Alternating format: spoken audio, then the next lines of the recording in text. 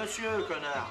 Salut à toutes, salut à tous, bienvenue dans la vie du connard en vidéo, je suis Joseph Ali et j'ai été regarder Blue Beetle d'Angel Manuel Soto. Vámonos!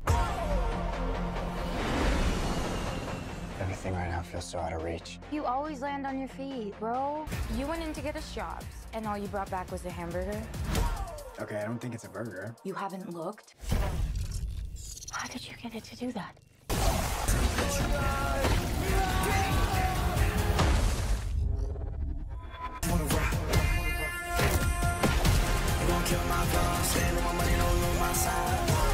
The universe has sent you a gift.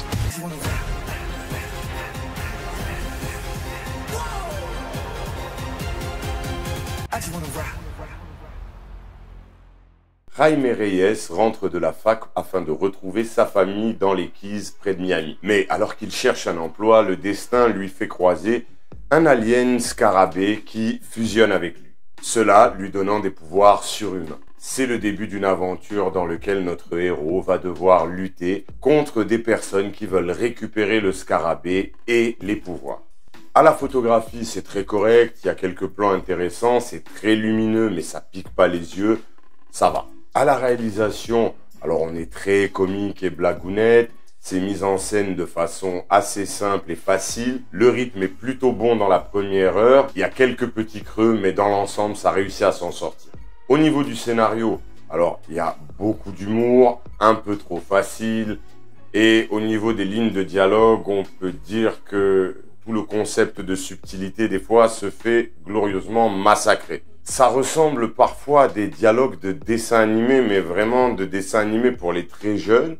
Alors ouais, il y a également des moments où ça essaye d'incorporer des trucs un petit peu plus adultes. Ça essaye des choses, parfois c'est même intéressant. Et en tout cas, le scénario pour ce style de film, il tient la route plus ou moins. Alors c'est vrai qu'on est dans le cliché, du réchauffé, du surréchauffé. Mais il y a quand même quelques thèmes qui, je trouve, ont été plutôt bien traités.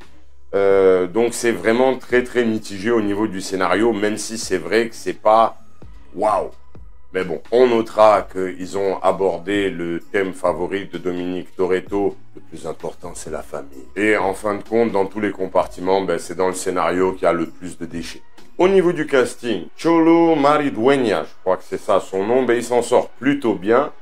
Je trouve qu'il est agréable à regarder, il est attachant, il joue plutôt bien la comédie, il arrive à s'en sortir dans son rôle et il a le charisme qu'il faut par rapport à ce style de personnage. Susan Sarandon, la classe, on connaît, il n'y a plus rien à prouver, il y a de la bouteille, il y a du savoir-faire, donc bravo, top job. Bruna Marquezine qui joue le rôle de Jenny Cord dans le film. Personnellement, j'accroche pas avec l'actrice. J'aime pas trop cette actrice, même si je la connais pas beaucoup, mais en fait, j'arrivais pas à accrocher. Après, c'est aussi possible que le personnage, j'ai pas trouvé le personnage super bien écrit. Donc, ça a probablement joué aussi dans ma façon de percevoir son acting. Au niveau du reste du casting, tout le monde fait le taf, ça va, c'est très correct.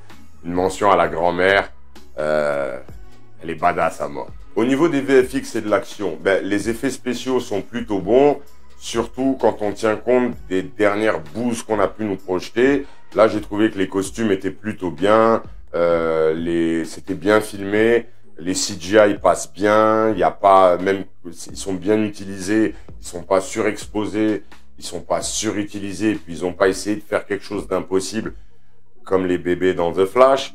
Mais sinon, de ce côté-là, c'est vraiment le côté, je pense, le plus satisfaisant. Moi, j'ai trouvé que l'action, il y avait des moments vraiment satisfaisants en termes de poursuite, etc. J'ai trouvé que c'était bien géré de ce côté-là. Donc, ouais, ça va, ça fait le taf largement de ce côté-là.